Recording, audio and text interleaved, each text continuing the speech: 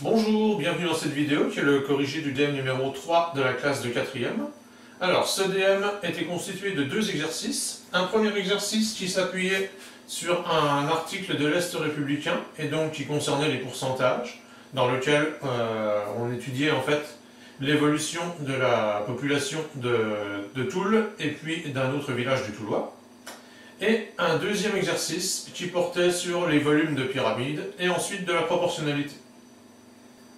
Alors, dans l'exercice 1, on s'intéressait à la population de Toul, suite à un article de l'Est républicain, qui disait que cette population avait baissé entre 2013 et 2018. Et en fait, donc, la population de Toul, entre ces deux années, elle a baissé de 3,44%. On donnait une information donc sur la population de Toul. En 2018, elle s'élève à 15 470 habitants.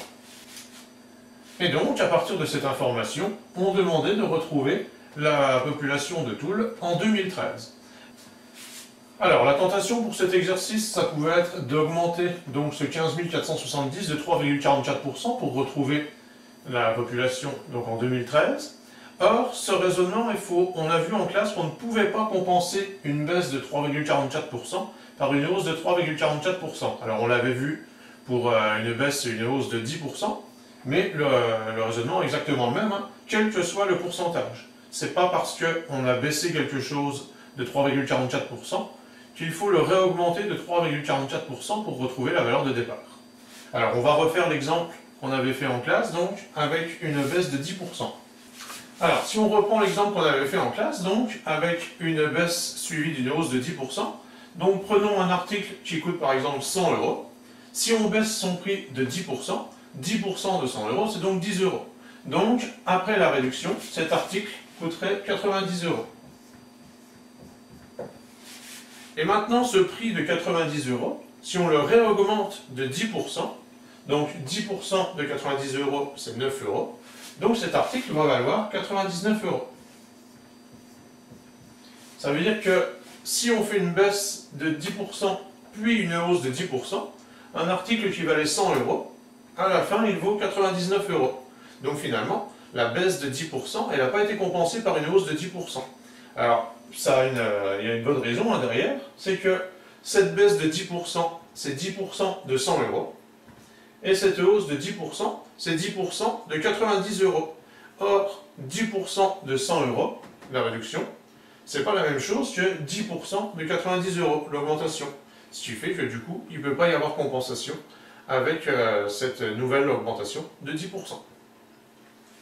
Alors ici, dans le travail qu'on fait sur la population de Toul, le raisonnement est exactement le même. On ne peut pas réaugmenter la population de 3,44% pour retrouver la population initiale. Alors si on revient à notre problème, donc puisqu'on ne peut pas compenser la baisse par une hausse de 3,44%, on va être obligé de trouver un autre raisonnement. Alors, ici, ce qu'on sait, c'est que la population elle a baissé de 3,44% entre 2013 et 2018. C'est-à-dire que l'année de référence qu'on prend, c'est 2013. En 2013, on a une certaine population et elle baisse de 3,44%. Puisque la baisse est exprimée par rapport à la population de 2013, ça signifie que la population en 2013, c'est notre 100%, c'est notre référence. Puisque la population baisse de 3,44% entre 2013 et 2018, elle va donc passer de 100%, notre référence en 2013, à 100 moins 3,44, c'est-à-dire 96,56% en 2018. Ça signifie donc que la population de 2018 représente 96,56% de la population de 2013. On a toutes nos informations, on a nos deux pourcentages, on connaît la population en 2018. Comme c'est un problème sur les pourcentages, on peut utiliser les produits en points, c'est une situation de proportionnalité, et on va donc pouvoir calculer la population donc, en 2013. Pour le présenter, donc ce schéma-là servait à faire le raisonnement, hein, pour présenter les choses dans la copie, on peut faire un petit tableau de proportionnalité. Alors, présenté sous un tableau de proportionnalité, 100% de la population, donc celle en 2013, c'est la valeur qu'on ne connaît pas. Et en 2018, 15 470 habitants, c'est 96,56% donc, de la population de 2013. puisqu'on est dans une situation de proportionnalité, on peut utiliser la technique des produits en croix. Donc pour calculer cette valeur, on va faire 100 fois 15 470 divisé par 96,56. Et quand on fait le calcul, ça fait environ 16 021 habitants. Alors ça signifie donc qu'en 2013, la population de Toul était de 16 021 habitants. Ce qu'on pouvait faire à ce moment-là, une fois qu'on a trouvé cette valeur, c'était faire une baisse de cette population de 3,44% et vérifier qu'on retombait sur les 15 470 habitants qui sont annoncés en 2018. Alors pour donner un ordre d'idée, si on augmentait 15 470 de 3,44%, on trouvait une population de 16 002 habitants, je crois. Donc on avait une différence de 19 habitants. Deuxième question, on s'intéressait à un petit village du Toulois, donc le village de J. Et on disait donc qu'entre 2013 et 2018, sa population était passée de 213 à 264 habitants. Et donc, on demandait quel était le pourcentage d'augmentation de la population de ce village entre ces 2 années. Donc, première chose qu'on peut calculer, c'est le nombre d'habitants supplémentaires qu'on a entre ces 2 années, 264 moins 213. Donc, la population de ce village a augmenté de 51 habitants. Ensuite, on demande de calculer le pourcentage d'augmentation. C'est donc une situation de proportionnalité, puisque c'est des pourcentages. On va donc pouvoir faire un tableau de proportionnalité, par exemple, et puis céder des produits en croix. Alors encore faut-il bien construire le tableau de proportionnalité. On demande le pourcentage d'augmentation donc de cette population entre 2013 et 2018. Là aussi, ce pourcentage, puisque c'est une augmentation entre 2013 et 2018, ce pourcentage, il va s'exprimer par rapport à la population de 2013, c'est-à-dire par rapport aux 213 habitants. C'est donc ce 213 habitants qui va servir de référence donc de 100%. On construit donc notre tableau de proportionnalité.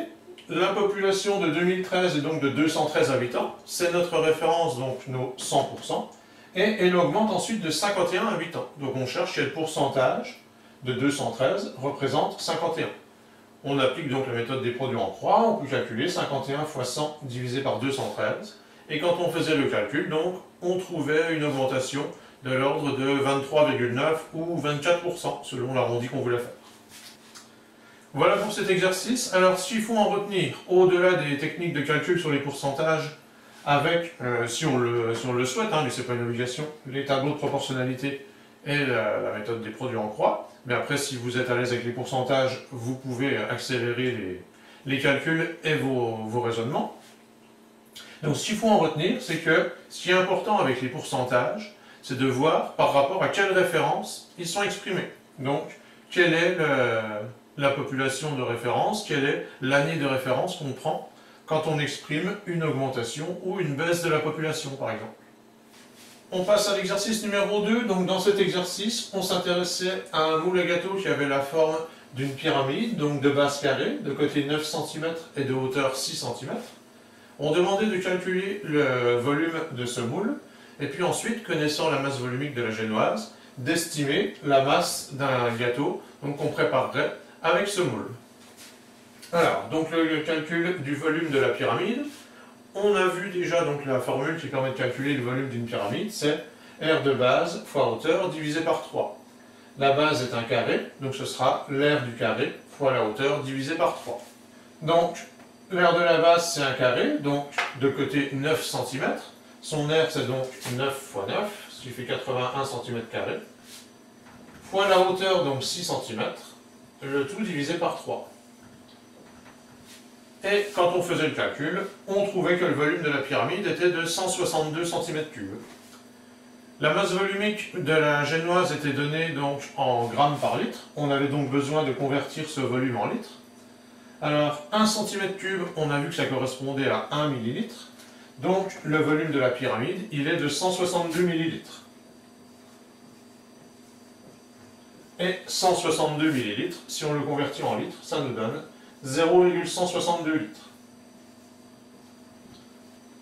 Alors, dans ce moule, le volume de génoise qu'on peut préparer est donc de 0,162 litres. Et on disait dans l'énoncé que la masse volumique de la génoise est de 260 grammes pour 1 litre, 260 grammes par litre. On peut donc calculer la masse du gâteau qu'on va préparer. On multiplie donc 0,162 litres par la masse d'un litre, donc 260 grammes. Et on trouvait donc que la masse du gâteau qu'on préparait avec ce moule était d'environ 42 grammes. Donc si on faisait le calcul, c'était 42,12 grammes. Alors cette précision-là est très discutable par rapport au problème qu'on est en train de faire. Mais donc on demandait dans l'énoncé en fait de vérifier que le gâteau pesait un peu plus de 40 grammes. Deuxième question, à partir donc des apports énergétiques de la génoise et des apports énergétiques du Nutella, on demandait de calculer l'apport énergétique d'une portion de ce gâteau qu'on aurait tartiné avec 15 grammes de Nutella. On disait donc dans l'énoncé que l'apport énergétique de la génoise est de 330 kcal pour 100 grammes. On pouvait donc calculer l'apport énergétique de ce gâteau qui pèse un peu plus de 40 grammes. Donc soit on pouvait faire un tableau de proportionnalité avec sur la première ligne donc la masse du gâteau et la deuxième ligne l'apport énergétique, ou l'inverse entre les lignes. Soit on faisait le calcul directement. Donc le tableau de proportionnalité qu'on pouvait construire amenait au calcul 330 x 42,12 divisé par 100, ou on peut faire directement ce calcul. 330 kcal, c'est ce qui est apporté par 100 g de gâteau. Donc, si je cherche ce qui est apporté par 1 g, je vais faire 330 divisé par 100. Donc, 330 divisé par 100, ça correspond à l'énergie apportée par 1 g de gâteau. Puisque le gâteau pèse 42,12 g, en théorie, on va donc multiplier l'apport énergétique d'1 g par 42,12, la masse du gâteau. Et on trouvait donc que ce gâteau apportait une énergie de l'ordre de 139 kcal. On pouvait mener le même raisonnement pour le Nutella, soit faire le tableau de proportionnalité, soit raisonner comme on l'a fait là. Donc le Nutella apporte 540 kcal pour 100 grammes. Si on cherche l'apport pour 1 g, on va diviser 540 par 100. Donc là, on a l'apport énergétique d'1 g de Nutella. Et puisqu'on prend une portion de 15 grammes, on va multiplier ce résultat par 15. Ce calcul-là, c'est ce qui correspondait donc à ce qu'on fait avec les produits en croix si on fait le tableau de proportionnalité. Et on trouvait donc un apport énergétique de 81 kcal.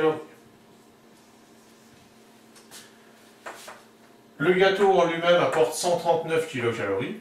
Le Nutella apporte 81 kcal. Si on tartine le gâteau avec cette portion de Nutella, les apports énergétiques vont se cumuler. Et donc l'apport énergétique du goûter sera de 139 plus 81, ce qui faisait donc 220 kcal.